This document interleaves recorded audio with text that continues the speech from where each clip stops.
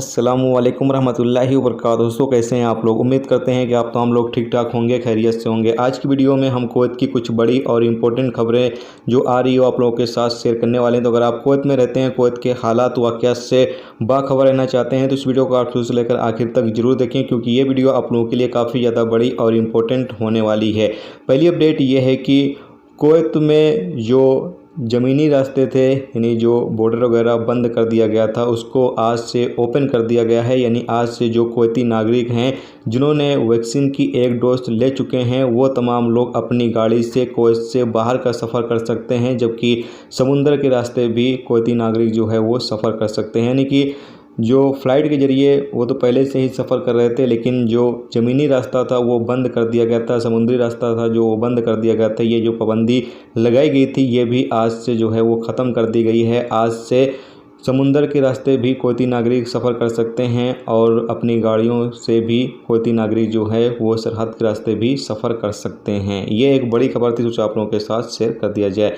इसके अलावा अगली अपडेट ये है कि जजीरा एयरवेज ने ऐलान किया है कि बुधवार और शनिवार को बेरूत के लिए अपनी उड़ानें जो हैं वो शुरू कर रही है। यानी कि कल से बेरूत के लिए जो फ़्लाइटें हैं वो शुरू की जा रही हैं। शनिवार और बुधवार को डेली जो फ़्लाइटें हैं वो जाएंगी, जबकि इसका जो टिकट प्राइस है वो 49 KD फिक्स किया गया है जजीरा एयरवेज की तरफ से। इसके अलावा अगली अपडेट ये है कि जो फ़्लाइट इंडिया और दुबई की बंद है उसकी सस्पेंशन जो है वो और बढ़ा दी गई है, और ये पाबंदी जो है वो 21 जुलाई तक बढ़ा दी गई है। यानी कि इंडिया और दुबई की फ़्लाइट पर पाबंदी 6 जुलाई तक लागू थी, लेकिन इसको बढ़ाकर अब 21 जुलाई कर दिया गया है।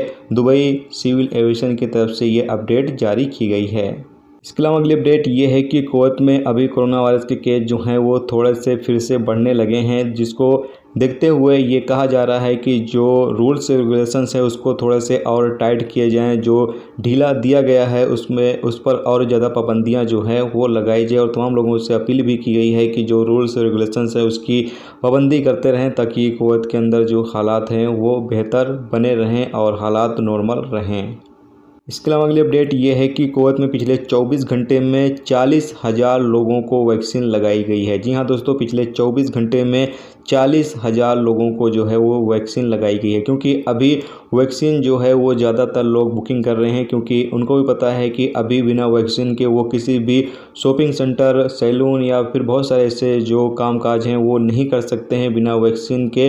तो इसलिए अब ज़्यादा से ज़्यादा कुवैती नागरिक भी इसमें इंटरेस्ट ले रहे हैं, और जो कुवैत में रहने वाले अजनबी लोग हैं वो भी ज़्यादा से ज़्यादा बुकिंग कर रहे हैं। तो इसलिए पिछले 24 घंटे में 40,000 लोगों को वैक्सीन लगाई गई है।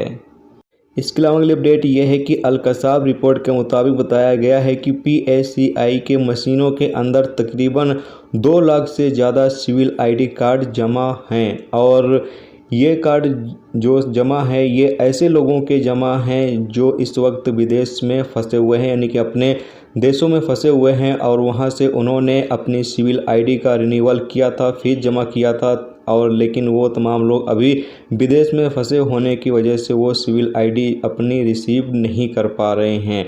तो ये दोस्तों आज की कुवैत की कुछ बड़ी और इम्पोर्टेंट खबरें जो आप लोगों के साथ शेयर की गई। तो उम्मीद करता हूँ ये वीडियो आपको पसंद आई होगी।